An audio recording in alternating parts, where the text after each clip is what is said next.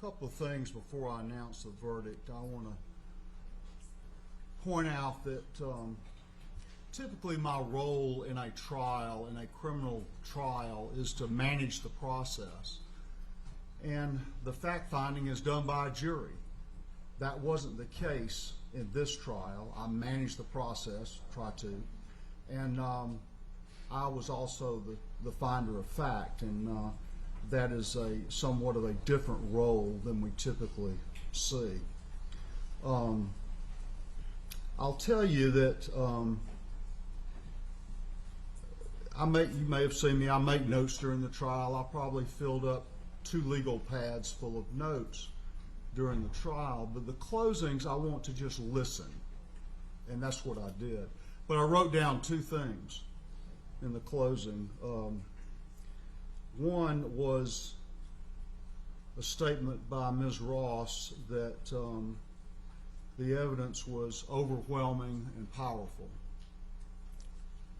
And then I also wrote down what Ms. Beck said, that I'm required to set aside my emotions. That's the same thing that we tell jurors in what and we're giving them their job.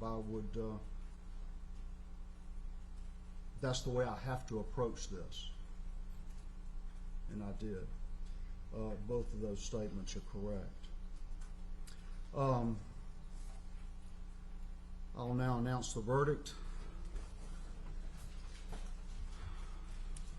In the state of Georgia versus Jose Antonio Ibarra, case SU 24CR0323, count 1, malice murder.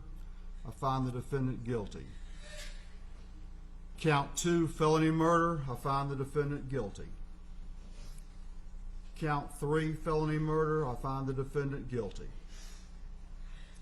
Count 4, felony murder. I find the defendant guilty. Count 5, kidnapping with bodily injury. I find the defendant guilty.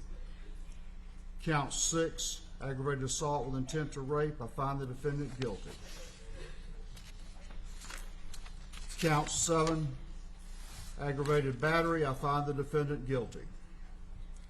Count 8, obstructing or hindering a 911 call. I find the defendant guilty. Count 9, tampering with evidence. I find the defendant guilty. Count 10, peeping Tom. I find the defendant guilty.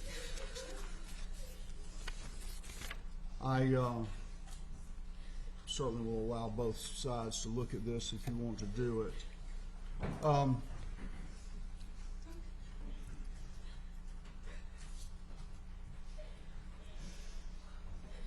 The next step is sentencing. I'm prepared to go forward with that now, or if either side suggests that you need a few minutes, an hour break or something to do that, then I'll certainly do that as well. Consider that. You have 1 moment. Sure.